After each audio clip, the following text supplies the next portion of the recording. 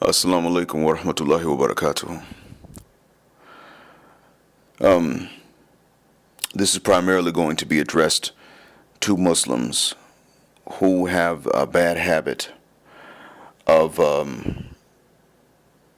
utilizing racial insults from other cultures and other people, largely against victims of any form of oppression. In short, this is directed at those who call themselves Muslims while at the same time they have the bad habits of using the words kala, kale, kalar, abd, or nigger. And the reason for this is that, well, one, this is what I talk about a lot, and this is what I focus on. I make no apologies for it because the culture hasn't changed yet between the Muslims, mainly between the Muslims of the semi-Negro world, meaning the Muslims of the Arab world and the Muslims of the subcontinent. And I'm pretty sure this is going to include Persia as well. There is a YouTube video that was put out about 12 days ago by the YouTube user Nasiha Sessions, and I don't know the name of the brother that gives dawah, but he has two videos out. One is entitled "Every Arab Must Watch," with 3 exclamation marks after that. And then the other one, and I don't know what date that was posted, and then the other one that was posted on the 16th of 2015, 12 days and a year ago, is entitled "Filthy Racist, hashtag Muslim Woman Attacked." Look, this brother brings up some very valid points, and I didn't see this video until now, but he's had it. He's had this one out for a year, and let's see, the one about the one entitled "Every Arab Must Watch." That one looks like it was posted on November 10th of 2015, and so these are roughly a year old. And he talks about an instance a year ago where a woman of African origin, either through the Caribbean or directly from the continent, saw a Muslim woman of non-black origin get on one of the buses in London, and she started to scream at and insult and even threaten to kick her in the stomach as she's pregnant. And this brother that runs the Nasiha Sessions account brought up a good point, and I'm going to add some information because some of you who are listening to this have also seen his video. First off, he brings up the point that, as we know, nobody, there was a big backlash to the video from the Muslim community in England, and it was largely from Muslims who were not white and who were not black. And that they were saying things like, how can this monkey say this and bring up slavery, bring a banana? He brought up how they brought these points up, and they were retaliating, and that's fine, but he also said something that really hit the nail in the head, and he pointed out how this Islamophobia got a different reaction from the Islamophobia of whites. The Muslims don't stand up and insult white Islamophobes for their whiteness. They never refer to their color. But when black folks say something that's Islamophobic, then you've got Muslims who will turn around, despite the fact that the majority of converts to Islam in the UK and in the US are Africans of some nationality, Caribbean nationalities or African continental nationalities, or North American, Central American, or South American nationalities. These are people of African origin who make up the majority of the reverts, those who accept Islam after having had some other religion. Despite this, yet and still, Muslims coming from the subcontinent and from Arab lands, many of which are located on African soil, have the nerve to make racist insults. And he points out that that's not really the issue. I mean, what she said is not the issue as much as it is the reactions of the Muslims. This is the exact crux of the issue. He's right. From non-Muslims, we may expect Islamophobia. So, but they're not Muslims. But how do Muslims stoop to the level of being racist and insulting purely based on race? He has a point. This is what I have been saying in my previous videos. How do Muslims stoop to this level? And not just that. Now he pointed out they don't insult whites, and he doesn't want them to insult whites, and he's not asking them to. That's where he is being very nice. And I respect his patience, but I don't have the same level of patience, and I don't want it. I'm telling you, if you are Muslim, and you have insulted white people, but you did not insult black people or darker skinned people, you might be overreacting, but at least your bias is strictly your reaction to the oppressor. And at least your reaction is in the right direction, although you may have overcorrected, as we say in traffic terms, when a driver feels the car slip on a road and they overcorrect, tossing him to go too far in the other direction. You may have overcorrected. But your reaction is not one of hypocrisy, cowardice, kufr, treachery. It's not that. You may need to go in the same direction, but a little bit less far in the lane, just to be fair. Because you see, in the UK and in the US, you do have Europeans who are accepting Islam. And when they accept Islam, they don't deserve to have their feelings hurt based on their origin. Already the people of their origin have turned them out and gone against them more harshly than Latin Americans or African Americans face from our peoples when we accept Islam. They get it the hardest from their own people. Now, I've covered this point many times, but I'm saying to you that if you are a Muslim and you insult darker skinned people or black people and you do not have an insult for white people, I'm calling you a hypocrite and a kafir. I'm making takfir on you unless you are open when somebody corrects you about it, and you take the correction and you apply it. If you get the correction and you reject it, you interrupt the person, you keep trying to justify it, you won't accept it, you were wrong and you screwed up, then I'm calling you a hypocrite and a kafir. Now, if you don't know me personally, we'll probably never meet personally, so I don't blame you. Well, I do blame you even if you hate me, because you're the one with the problem, not me. But if you know who I am and you are one of the Muslims with this problem, feel free to get in my face and challenge me. I will snap your neck. I will do to you things I would not do to a disbeliever, because you're supposed to know better. I don't make takfir lightly. I don't charge people with hypocrisy and nifaq lightly. I don't do this lightly and just on a whim, but my reason for saying this now is because, having lived in an Arab country where people routinely use the word abd to describe black people, which really means slave, I have always started with a diplomatic correction. Always.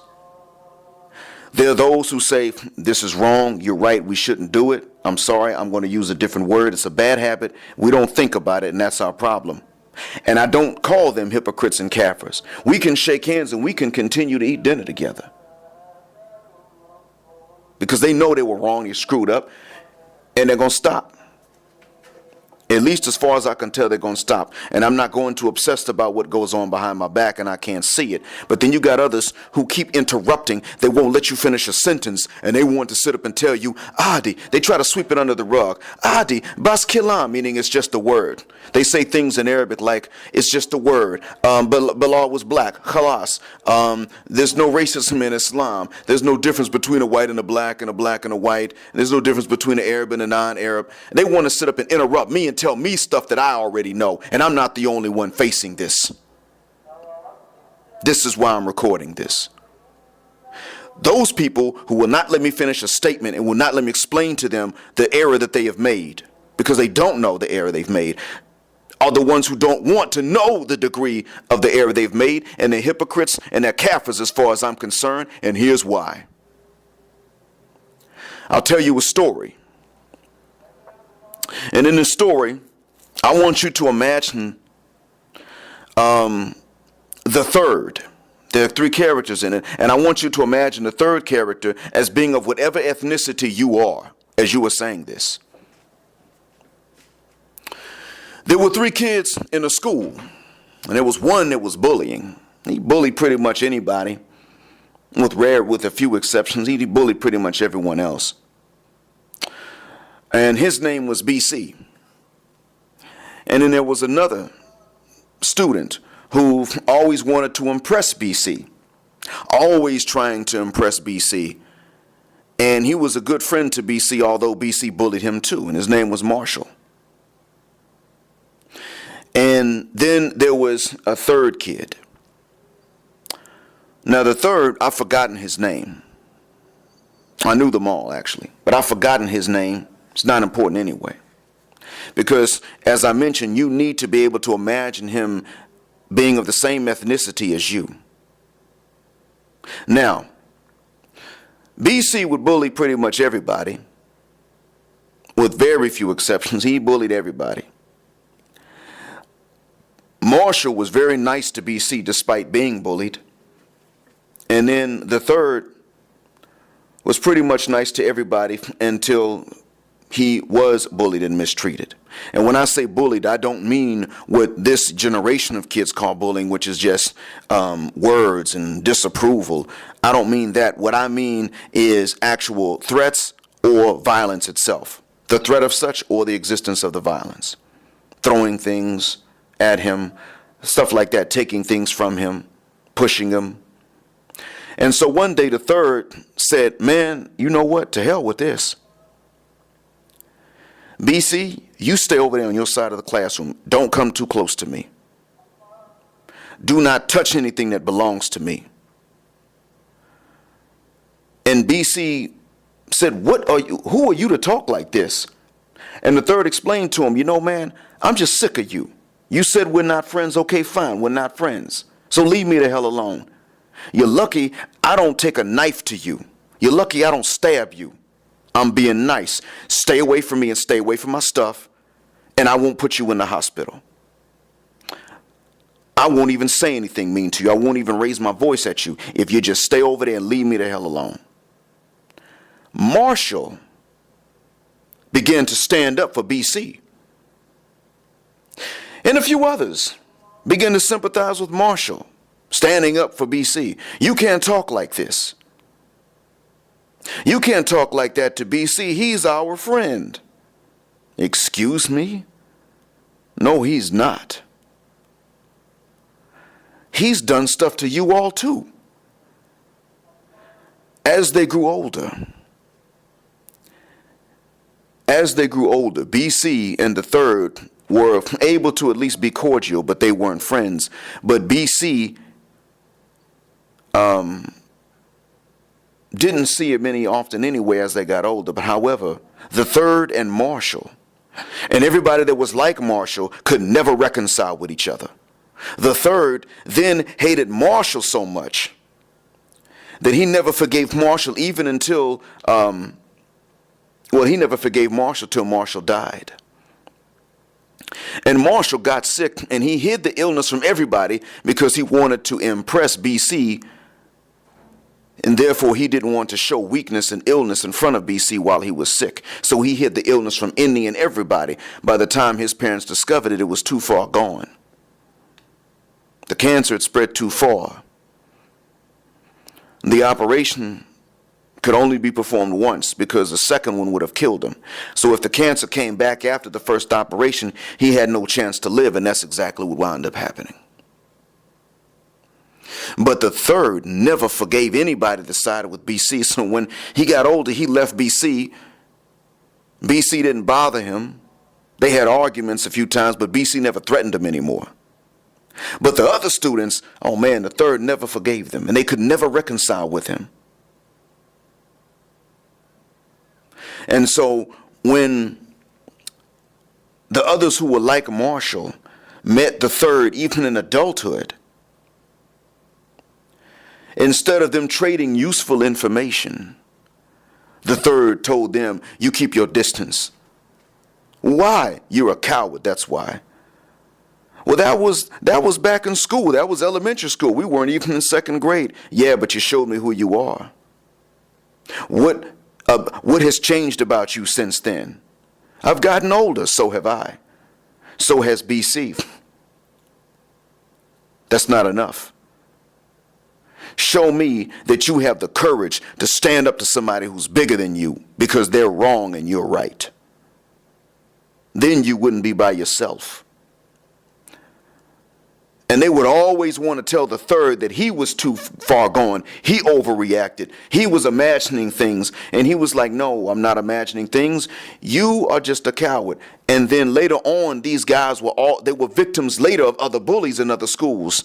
And the third would never help them. And he even began to bully them himself because he hated them so much he would never forgive them, ever. So the third became a part-time bully. And he wound up becoming like BC. People, imagine that third is you, your ethnic group. Everybody else is either silent or they are for your oppressor, but they're never on your side. Well, that's what it feels like when you're black. And you're around other Muslims. And you got to deal with this Islamophobic racist bully. And they discriminate against you. They set you back. They actually have the power to make decisions that affect your life negatively, and they do so routinely. And instead of the other victims being on your side, they act like you're overreacting, always trying to sweep it under the rug. That's what it's like being black. So this woman, I'm going to tell you something about that woman on the bus that insulted our Muslim sister. This woman on the bus, she was reacting to something. What was it to which she was reacting? Well, when I was younger, in middle school, I began to learn about the world in ways that you don't know about when you're in elementary school. I began to have a clearer view of the world and how things ran. I read the autobiography of Malcolm X. I learned that there was something called Islam. I learned that there were many Muslims around the world, but they just weren't in the Americas, but that they were in Africa and that they were in Asia and some parts of Eastern Europe. Actually, I didn't even learn about Eastern Europe, but I learned about different nations where you had Muslim majorities or large Muslim communities where it was well established. I learned about these things, and let me tell you, it changed my view of the world, and I still wasn't Muslim. I didn't know as much as you all know about Islam. But I started looking at other groups of people, and I said, well, you know what? If we've got this white supremacist bully on our back, and these other people have also been colonized by the same ones who kidnapped us, then hell, we don't have to each be alone trying to deal with this guy. I saw it this way in middle school. Marshall and BC, they were back in elementary. I observed, but I didn't fully understand at that age. But later on, as I got to middle school, I began to understand this. And let me tell you, to hear my Indian classmates say some of the things that they said about black people, and they were as dark as the rest of us. And one of them had an aunt who lived in Kenya, and he had been to Africa, taught me that maybe it gave me the impression, maybe they've been brainwashed the same way we black folks have been brainwashed to like lighter skin and so-called good hair. Maybe they're brainwashed. That's not who they really are deep down. And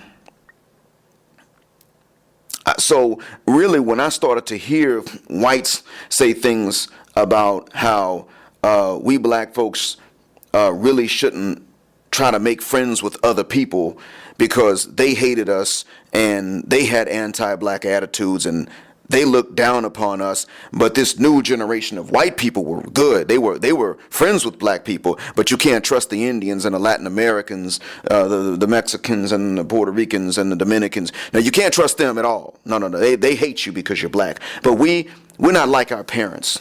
We like you. And I heard this and I thought, okay, see, this is some BS right here. Because if I was them, meaning the white kids, I would want to keep a unity from forming between the black and the brown, knowing damn well that as a white person, my parents said bad things about everybody that wasn't white. I would do like what a lot of our white classmates and even some of our white teachers had done. That's what I would have done. So I heard what white said about them, and I thought, okay, well, this is just their fear. No, one day there's going to be some justice. When we unify, there's going to be some justice. Because they can't do this to all of us at one time when we got each other's backs. That was my thinking. When I got to college, Muslims, I found out what really was the case. I found out that actually there is a universal disdain for black people. Strictly. And then for the darker skinned people in general.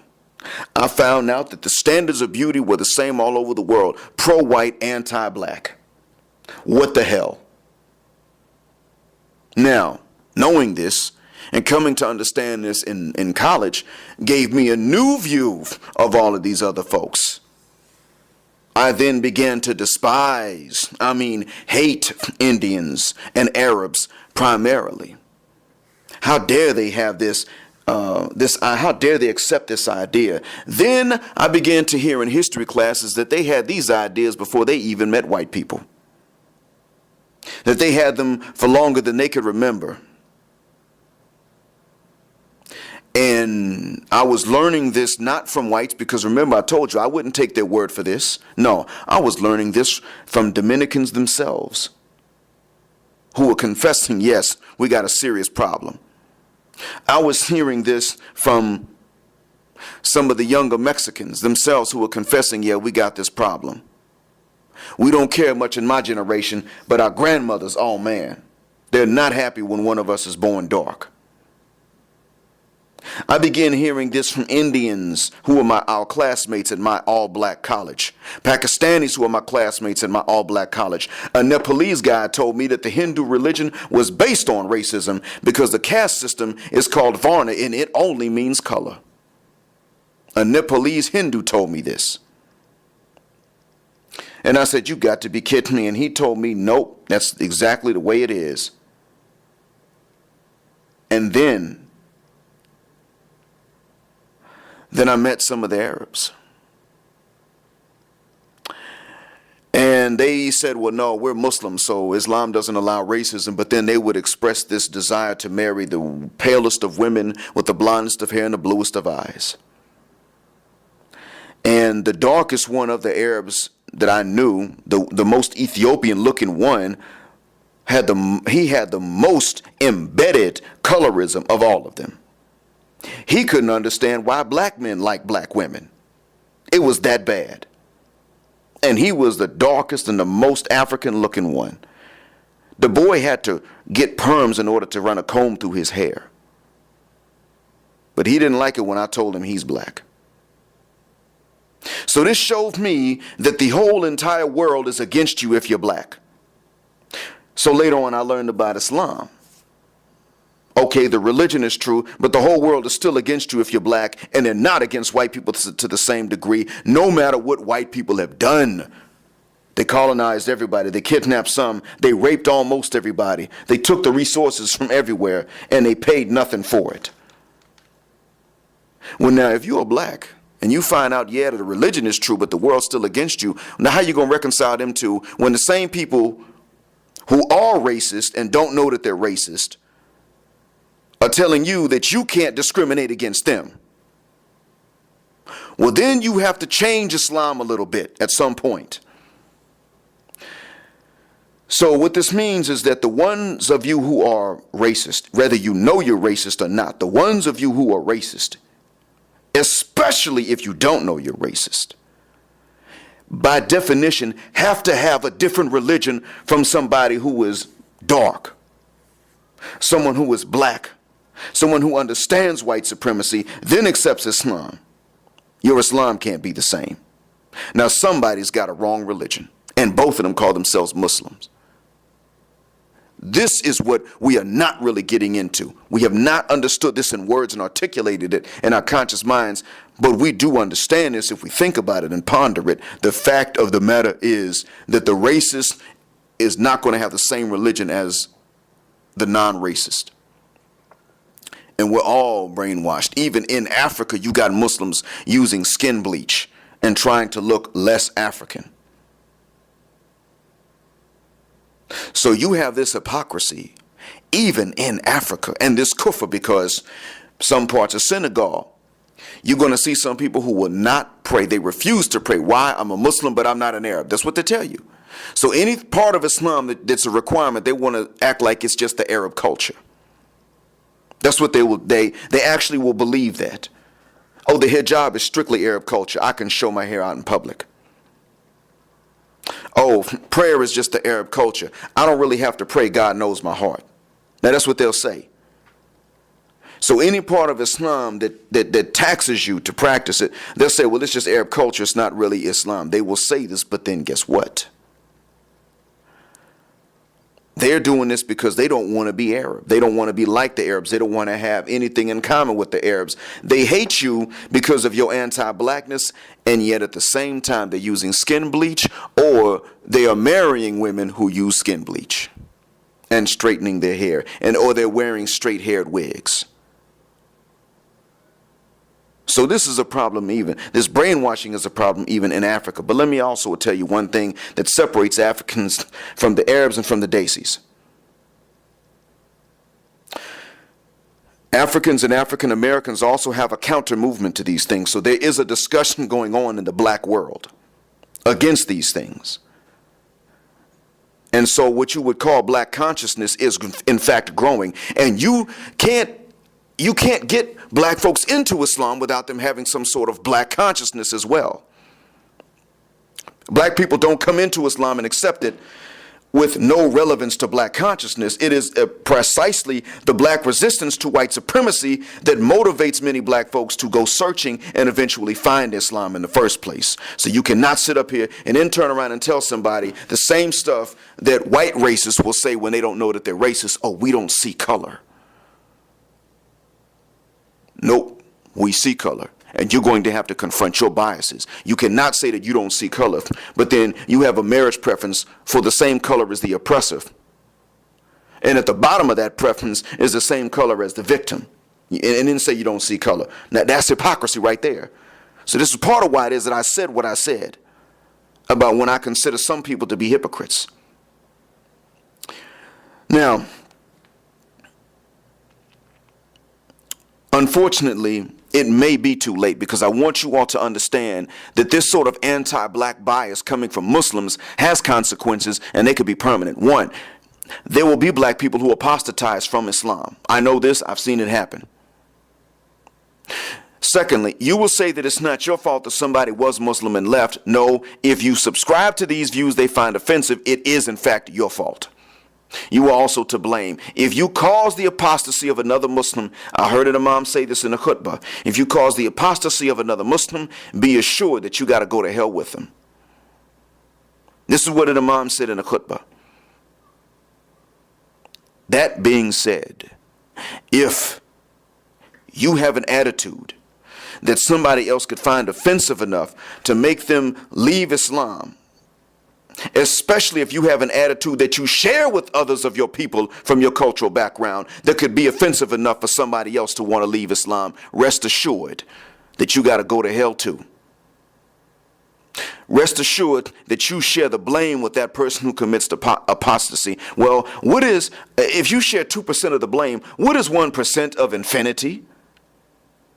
What is 2% of infinity? I mean, really. How do you divide forever by a number? What do you come out with if you divide forever by any fixed number? From my understanding, you still come up with forever or infinity. Now, if God determines your time in hell based on that, he may or may not, I don't know. But if he determines how much time you got to spend in hell based on that, or what your punishment is going to be based on that, understand that you are still looking at an infinite punishment. So expect an infinite punishment if you become the reason or the vehicle that somebody else has to face an infinite punishment. Not because you told them a truth about Islam and they couldn't handle it and they left. No, not because of that. That wouldn't be on you. No, but rather because you actually had a bad attitude. You had a false idea. You kept subscribing to it. You knew it was wrong, and you wouldn't confront it inside of yourself. And you offended somebody to the point that they could not accept having to be your brother. See, let me explain it. When you face westernization, and we face the un-Islamic influences in our communities, which disbelievers do these influences come from? They come from the colonizers. In other words, they come from the white Christian world. Those are the only negative un-Islamic influences we accept anyway. Let's be honest. Black people who were Christians could have never influenced the Muslim world to stop wearing the hijab out in public and to say some of these things that we say out nowadays, even in Arab lands. Like, there's no such thing as jihad in Islam. Yeah, there is. It's not mass murder, but there is such a thing as jihad for certain reasons that exist. So who are you trying to please? You're not trying to please the poor black disbelievers in Africa or in the South Pacific or in the Americas. You're trying to please the rich white disbelievers in Europe and in the Americas and in Australia. That's who you're trying to please when you accept these un-Islamic influences and you say things that would not please somebody who you call an extremist, but they would please a Christian or a Jew. Call it what it is. Who are you trying to impress? I'm going to be honest. If I was you, no, I'll be honest about something else. There will never come a day where I forgive you, Muslims, for this kind of thing. That day will never happen. Always and forever. I mean, until, of course, you all begin to change this. So this means Arabs. What do you need to do? Well, people insult you already because of the un-Islamicness of many things that your youth are beginning to practice nowadays. I don't like it when they do that as a blanket statement, but when they're talking about individuals and they call you all hypocrites, I can't blame them. When they single out individuals for this, I can't. Because in all honesty, I've seen that Arabs are much more tolerant of un-Islamic influences from within the Arab culture than they are from without. And a lot of us have this bias. But Arabs, what are you going to have to do? Those of you who are not part of this problem, who understand what I'm saying, still are going to have to go back into your communities and you're going to have to offend Arabs as a whole. And you're going to have to tell them, look, if you can't stand it when white people call you terrorists because you're an Arab, you can't call black people abd because they're black. And then that's it. Don't argue about it. Don't try to justify it. Don't try to make it okay. It's not okay. It's wrong. This is the bad thing in our culture. It sucks. Our culture is un-Islamic, and this is one of the evidences of it. This is an example. Stop doing it. Stop justifying it. If they are abid because they're black, then you're an irhabi because you're an Arab and you're not black. Khalas. Don't say this and then try to stop them from correcting you. You said the word. You don't have an insult for white people. That right there is hypocrisy. Don't say there's no racism in Islam and you would never insult white people and you call yourself white even though you're not, but you call black people abid and you won't accept that that's wrong. Don't do it. You're going to have some fist fights, not just arguments, fist fights with others of your own people. That's what it's going to take, unfortunately. Daisies. Now, if the word Kali means black, fine. But if the word Kala is used as a derogatory statement or calling us monkeys is acceptable, bandar and bandara, and I know these words, if these kinds of things are acceptable based strictly on black skin alone, you're going to have to go back to your communities and you're going to have to say this is wrong. You don't have any insult for white people. Don't sit up here and insult them. And they didn't do anything to you. They didn't colonize us. They didn't steal the resources from the subcontinent. They didn't do these things to us. And we treat them like this. If he beats you, it's your fault. If you get robbed at an ATM, it's your fault. If you get hit over the head and called a sand nigger or a mulatto or something like that, it's your fault because of how you insulted them. You're going to have to go back, and when they won't listen to you, you're going to have to resort to violence and punch some of them in the nose. Because this is more serious than when white Christian Islamophobe racists call us names. That doesn't divide us from the inside until we accept it and internalize it and then start turning on each other. The fact that we've done that and that we don't have an insult for white people is a problem. I mean, we don't have an insult for white people based on colonization and not based on their white color. We don't even have an insult based on their oppression of the non-white world, let alone based on their color, which would be wrong. The fact that we don't have it even based on their oppression shows weakness and hypocrisy. We, the Muslims, have become a people who find it okay to insult people based on skin color as long as it's for being dark. But we wouldn't insult white people even based on their oppression of everybody else. That's hypocrisy. That's saying, and I mean hypocrisy in the English language, that's saying something you don't mean and meaning something you don't say. We cannot continue to try to justify these things that we're doing. People can see through us. Black folks can see through you. Your biases that you may not even know you have, black people can detect them. And I, for one, I do not call a racist Muslim a Muslim. Unless he's willing to accept the correction, I do not call them a Muslim. No, to me, I call him a kafir because he won't accept the correction. You see, some of you heard what I said and you said, well, this guy's making takfir without good reason. No, absolutely not. Not without good reason. Now I'm going to explain to you how racism can be kufr. Here's how. Number one, you side with the oppressor against the oppressed. Now, if you say that what you're doing is right, then you're making istihlal of something that is haram. Something that Allah forbade himself from doing, which is oppression. Now, he owns the creation, but he forbade himself from oppressing his creation. He forbade himself from oppressing his creation. Otherwise, he'd have the right to do it because he owns the creation. You were then turning around and saying that between the creations, it is okay. And you're going to side with the oppressor against the oppressed. This goes beyond regarding halal as what Allah has made haram. Allah made something haram for himself, and you're saying it's halal, and you're going to support the one who does it. That's one. Secondly, you will lead someone into disbelief, into kufr, when they find out how you are, how you feel about them. Well, they can't accept you as a brother because you don't accept them as a brother. Now, since they're not going to call you a kafir, and this is something that really the darkest people should start doing when we start encountering colorists and racists within the ummah. We should start calling them kafirs. If we can't be of the same religion, don't give up your Islam. See if they'll accept correction, and if not, call them a kafir. Because it's better than calling yourself a kafir and saying, okay, well, I'm not a Muslim anymore because of you. I mean, which one is worse, really? But when you do this, you lead someone into kufr, you push them towards kufr. Well, if you're pushing somebody towards kufr, what is that? Thirdly, another reason that I'm saying that we should not call them Muslims if they will not accept the correction. If they can't even so much as say, well, damn, yeah, I got this weakness and I'm working on it because it's not right. If they can't say that much, and I'm saying can't with a T, if they cannot say that much, why should we consider them Muslims? They're saying they're insulting Allah at that point.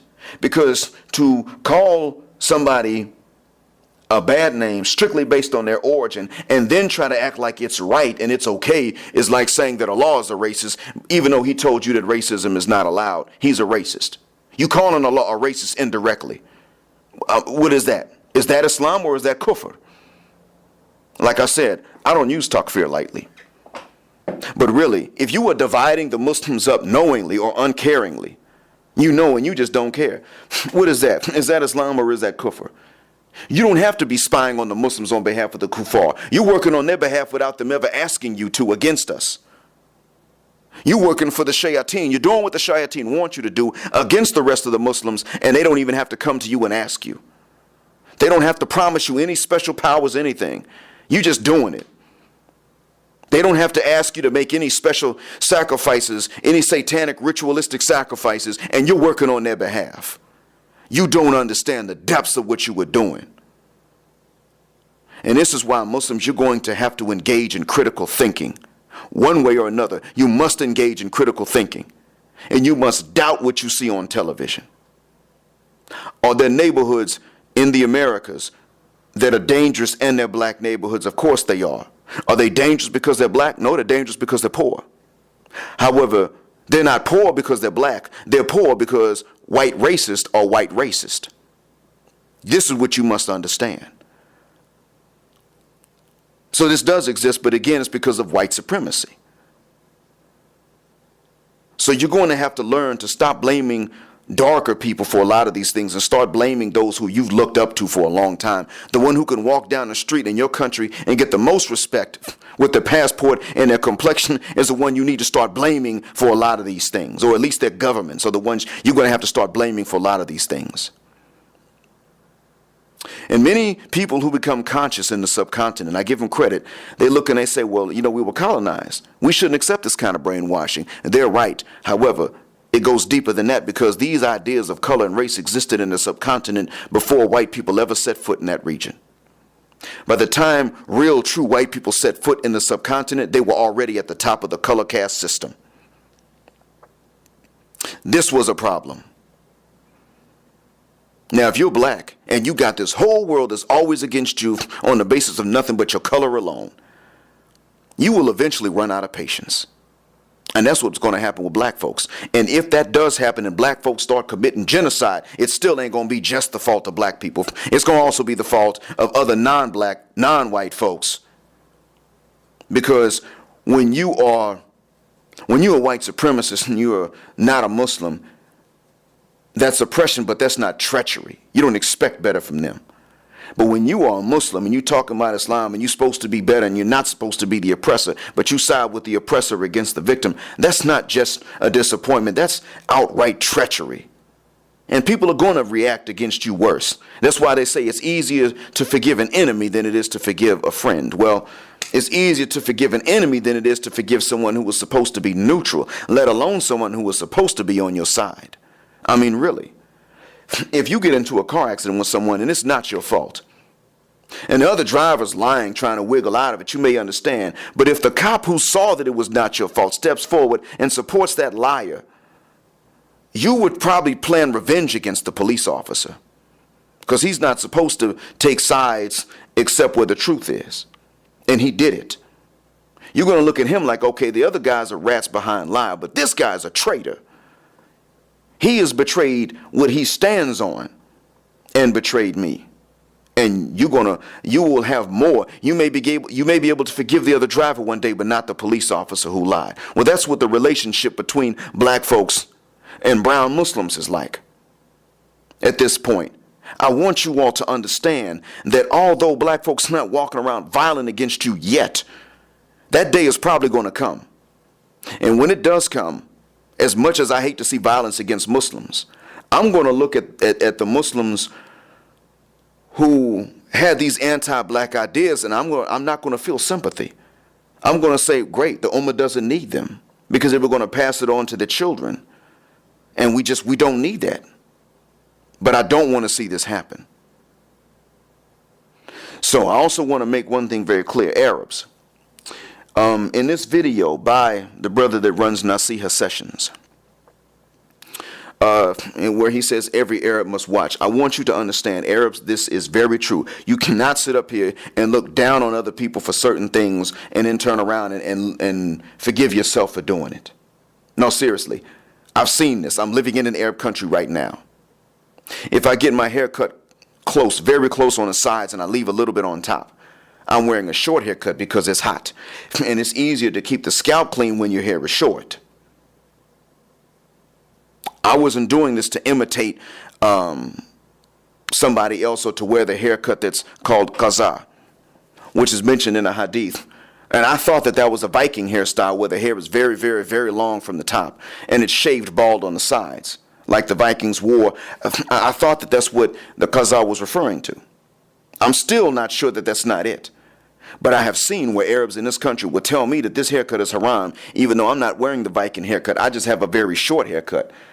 And then their teenagers walk out with an actual qaza haircut that the football players are wearing from Europe, and they don't bat an eye.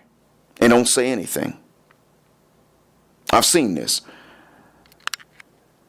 I have seen where if black disbelievers have a bad habit, they'll call it un-Islamic. If white disbelievers from Europe have a bad habit and they see it enough times on TV, they will accept it. You should see, if you're not Arab and you never lived in an Arab nation, you should see how difficult marriage is and how easy cigarettes are to get. So people smoke here. Let me be honest with you. In an Arab country, at any given time, there's more cigarette smoking going on than there is sex.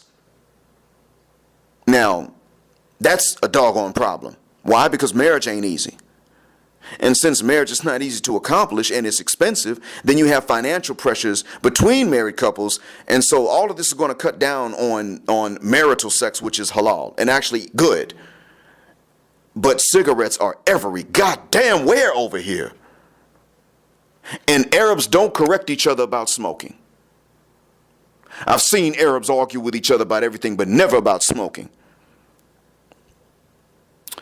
If two people from the wrong tribe get married, someone's going to argue. But nobody says anything if someone smokes, even indoors in front of their children. It makes them sick. No one says anything because smoking is acceptable. Suicide is acceptable. So Arabs, let me tell you something. You got a lot of bad habits you picked up from Europe. These things are suicidal.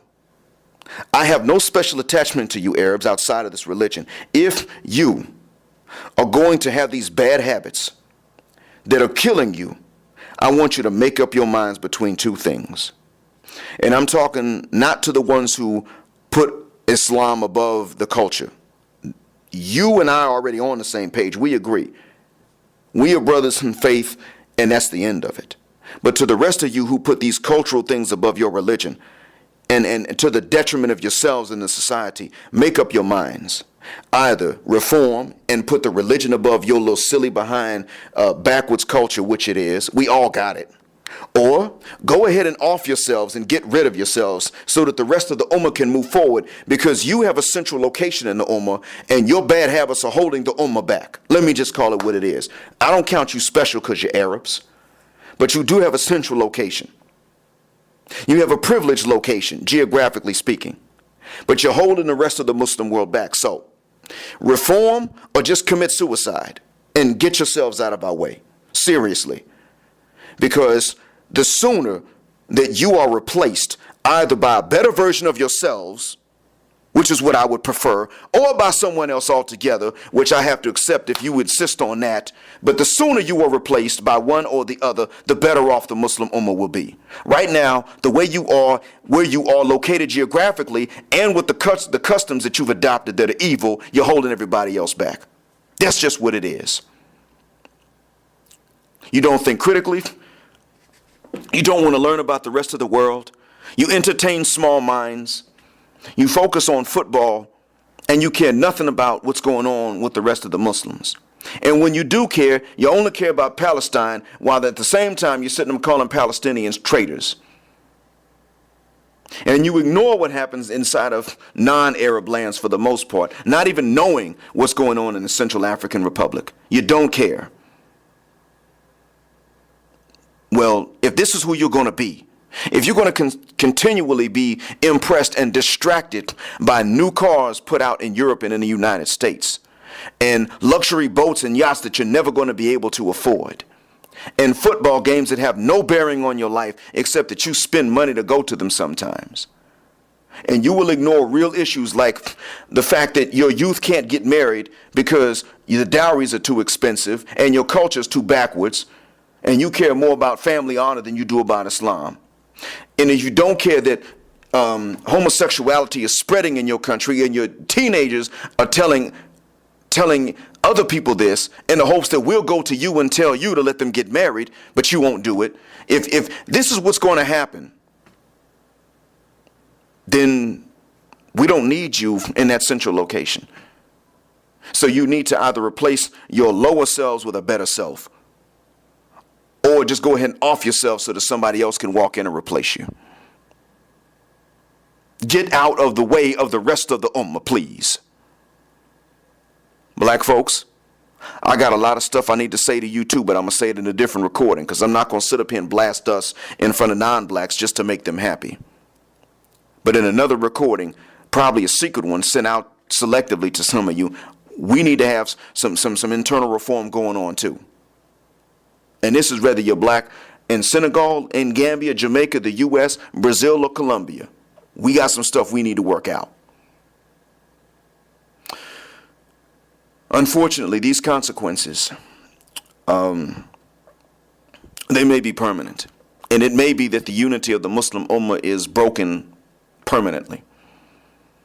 Seriously. It may be that both the insulters and the insulted wind up and held together because some people could simply not stop with this hatred of other victims of oppression. I mean, it's one thing to hate the oppressor and to hate their relatives. And that could be bad enough, hating the relatives of the oppressor who didn't actually help him in the oppression. That's bad enough. But where did this hatred of the other victim come from? And unfortunately, because Muslims were easy to convince to hate other victims of oppression when they should have been the ones who were impossible to convince of other victims of oppression, this unity of ours may be broken irreparably. Because I'm going to let you know now, I'm not the only one that knows what I'm telling you. I'm just the one that's recording this. Other black folks understand what I'm telling you now. And if it does come down to an inter-ethnic conflict between Muslims, the way things have been so far, I'm going to support the darker one against the paler one, not even out of prejudice, but because I'm against the prejudice. And I know who's always been prejudiced against who. It has not been darker people prejudiced against paler people. It's always been the reverse. If it comes down to it, I'm going to help the darker ones chop off the heads of some paler ones. And let me talk to you North Africans for a minute. I don't care if you call yourself Arab, Berber, or mixed. I don't care. Those of you who call yourselves white, meaning not black, better check yourselves. If you are, first off, you're not white. That's the first thing you need to understand. White folks laugh at you. By you calling yourselves white and you're not, all you're doing is saying that you want to be white. Well, if I'm black and I know you're not white and you're saying you want to be white, why should I trust you anyway? To hell, so what if you prayed next to me? You got a brainwashing problem. You got a psychological issue. But understand this. If you are not a part of the problem, don't take offense to what I'm going to tell you, because you're not part of the problem. But if you are part of this problem, walking around, imitating the Europeans, thinking that you're white even though you're not European, thinking that what they do is okay, being entranced and taken by them, taking on their bad habits, and then looking down on black tropical Africans who come into your country, if you're a part of that problem, you deserve to be driven into the Mediterranean Ocean and never set foot on African soil again. Africa is our continent. If you don't consider yourself to be from us, which you are, then you don't deserve to live on African soil. If you have jokes about black people or dark skin and you have nothing to say about Europeans, get out of Africa. Because honestly, all it takes is about 4 recordings and I could convince sub-Saharan Africans to land in North Africa and participate in genocides against you, which frankly you do deserve at this point. Those of you who are part of this problem, you don't deserve to be on African soil. And Europe won't take you, so you would just drown in the Mediterranean, and I wouldn't miss you one bit. Those of you who are not a part of this problem, I pray that Allah protect you from the ones who are, because I know that the ones who do have these racist ideas, even when they say they're not racist, they don't respect you if you show too much respect for those who come from the south of you, from the tropical parts of Africa. And while you understand that it's Africa and that they're Africans, and it doesn't make sense to look down on them in their own continent when they're not doing any worse than anybody else, then you know that others look at you like you're disloyal and you're some kind of traitor. And you know, you've seen, yeah, people in your country, whatever country you're in, will insult black people and don't have a damn thing to say about white people. They'll insult a black Muslim and won't say anything about a white Christian who's smoking outside in public or smoking inside with children in the house, fornicating, even if they're going and they're destroying the backsides of little boys. If they're pedophiles in those countries. No, you know, they don't even get insulted.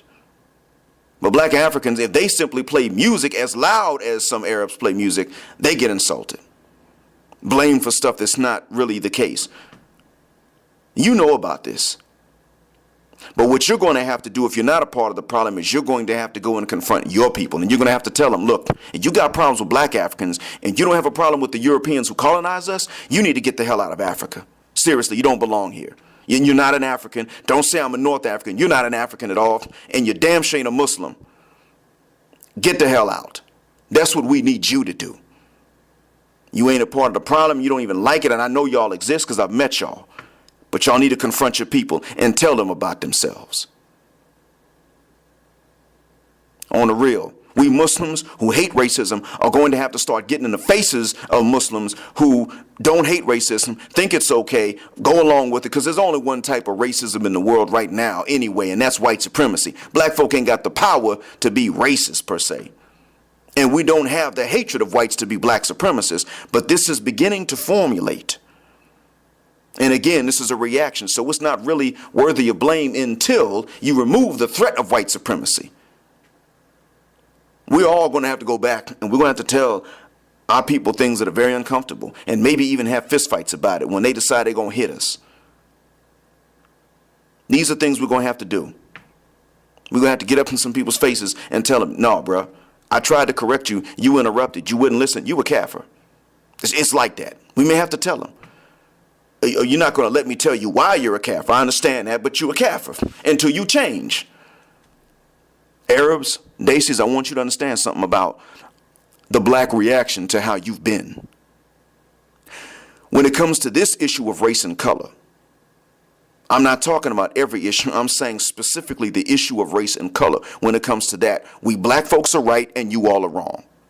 We were never against you, but you had attitudes against us. Therefore, we need to change our attitudes in a way that's different from what you think. You need to change your attitudes exactly the way we say you need to change them. That's the difference between us. I'm hoping that this message is of benefit. Assalamu alaikum wa rahmatullah.